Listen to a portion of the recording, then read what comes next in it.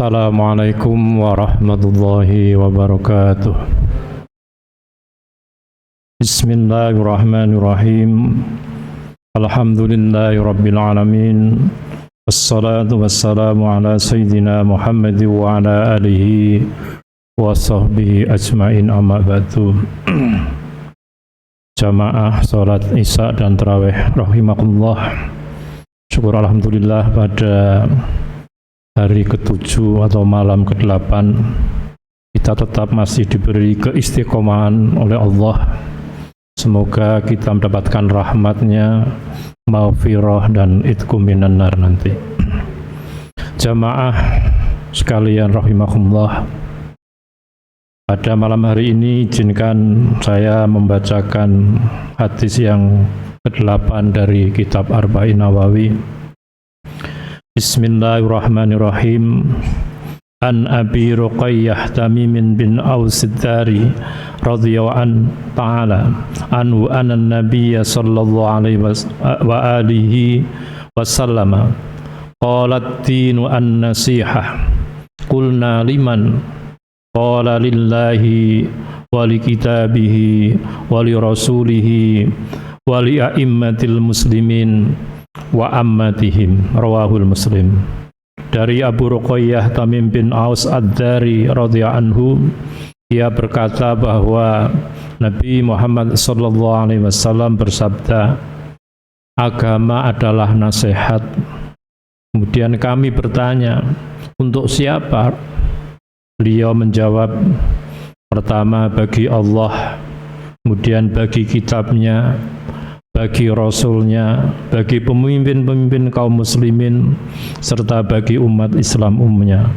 Hadis riwayat Muslim. Ma'asyiral muslimin rahimakumullah.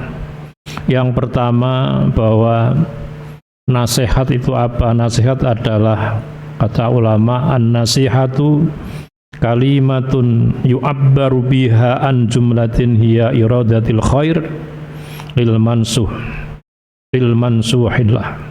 Nasihat adalah kalimat ungkapan yang bermakna mewujudkan kebaikan kepada yang ditujukan nasihat, atau singkatnya adalah kalimat atau ungkapan yang bernilai manfaat.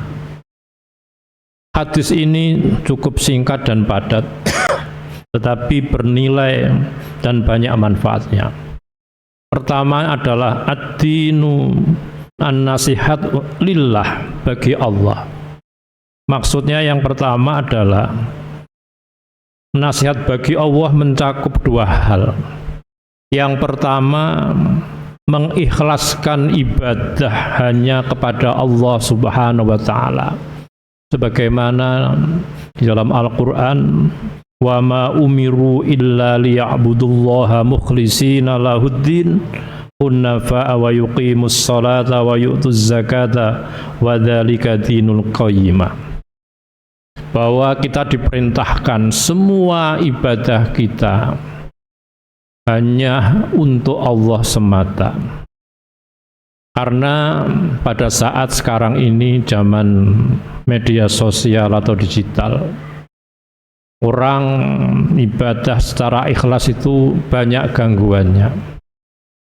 Karena ibadahnya itu ya maksudnya baik untuk diperlihatkan kepada orang, tetapi kemudian menjadi hal yang tidak baik hanya untuk mendapatkan pengakuan.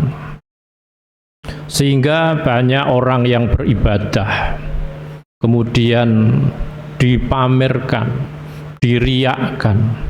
Padahal Rasulullah sudah wanti-wanti dalam hadisnya, inna akhwafa ma akhafu alaikum asyirku al-asghar, yaitu ar-riya, pamer. Dikhawatirkan Rasulullah yaitu syirik kecil, yaitu riya, pamer. Orang ibadah kemudian menjadi status sosialnya atau lewat story di media sosialnya. Maksudnya baik, tetapi kemudian tadi hanya ingin mendapatkan pengakuan. Ya dapatnya hanya pengakuan, pahalanya hilang. dalam ibadah apapun sekarang ini banyak gangguannya, termasuk ibadah haji. Padahal dalam hadis lain itu orang bersedekah, tangan kanan, tangan kiri tidak boleh tahu. Bahkan salah satu doa yang paling dijabahi oleh Allah adalah doa ketika kita mendoakan orang, sedangkan orang itu tidak tahu ketika kita mendoakan. Artinya orang itu tidak minta doa. Ini menunjukkan bahwa doa itu juga harus dilakukan secara ikhlas. Atau dalam ibadah haji sekalipun, sehingga perintahnya pun lillah, hanya untuk Allah. Kemudian nasihat bagi Allah yang kedua adalah bahwa kita mengesakan Allah, bahwa ketika kita mengucapkan qul huwallahu ahad Allahus samad lam yalid wa lam yulad wa lam yakul lahu kufuwan ahad, bahwa kita mengakui bahwa tidak ada Tuhan selain Allah dan kita tidak boleh percaya ada kekuatan selain Allah. Banyak di antara kehidupan masyarakat kemudian itu mendekati syirik, seperti acara-acara yang katanya hanya untuk menghidupkan budaya masyarakat, acara bersih desa. Itu kalau tidak hati-hati bisa mendekati syirik karena dia mempersembahkan sesuatu kepada selain Allah, mengorbankan kepala kerbau dan lain sebagainya, atau kita percaya perbintangan, ramalan dan lain sebagainya. Padahal dosa itu, semua dosa itu potensi diampuni oleh Allah kecuali syirik.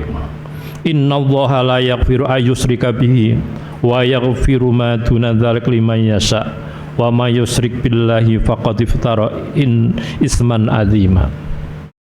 Maka kita harus ketika melakukan sesuatu harus berhati-hati, termasuk ketika ziarah kubur sekalipun kita ziarah ke wali mungkin jangan sampai keliru kita meminta kepada kuburan, atau ketika kita naik haji umpama jangan sampai kemudian kita minta kepada Ka'bah, karena dosa syirik itu tidak akan diampuni oleh Allah Subhanahu wa ta'ala.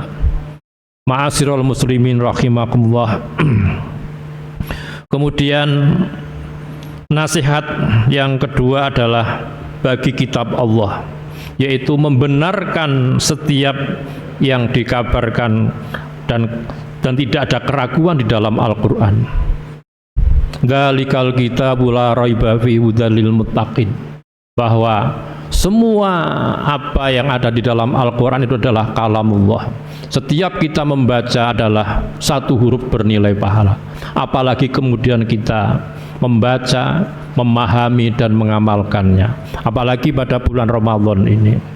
Seberapa banyak yang kita baca Al-Quran itu, Al-Quran diharuskan menjadi prioritas utama, menjadi bacaan kita.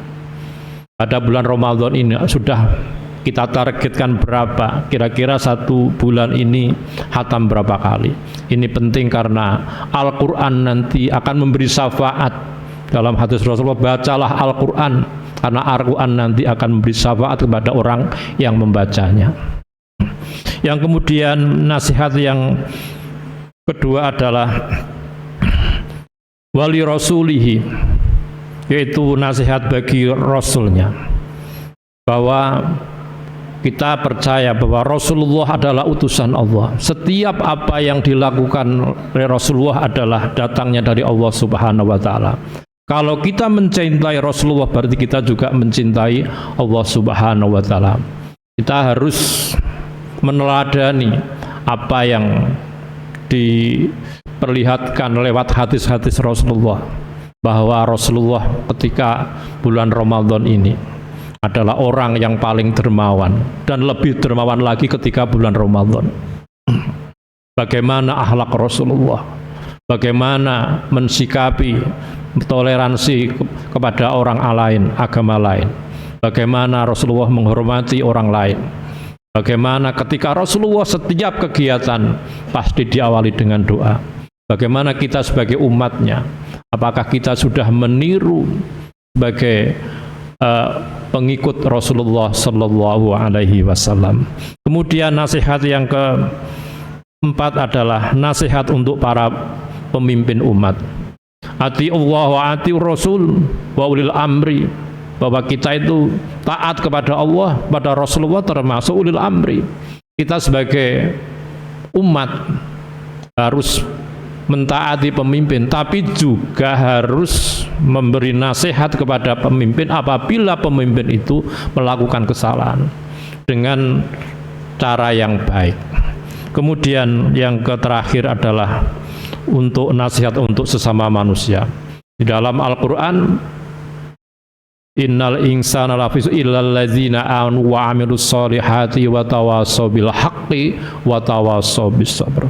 Kita sesama manusia harus saling menasehati. Di dalam hadis lain bahwa salah satu hak antara umat satu dengan umat yang lain adalah memberi nasihat. Apabila saudara umat muslim yang lain memerlukan nasihat, kita harus menasehati, tapi dengan cara-cara yang baik, di tempat yang tertutup. Ada aturan-aturan. Apabila kemudian kita menasihati teman kita sendiri atau saudara kita di tempat umum, berarti kita membuka aibnya. Bahkan padahal kita disuruh menutup aib saudara muslim kita sendiri. Demikian yang bisa kami sampaikan. Ada kurang lebihnya mohon maaf. Ihdinas siratal mustaqim. Wassalamualaikum warahmatullahi wabarakatuh.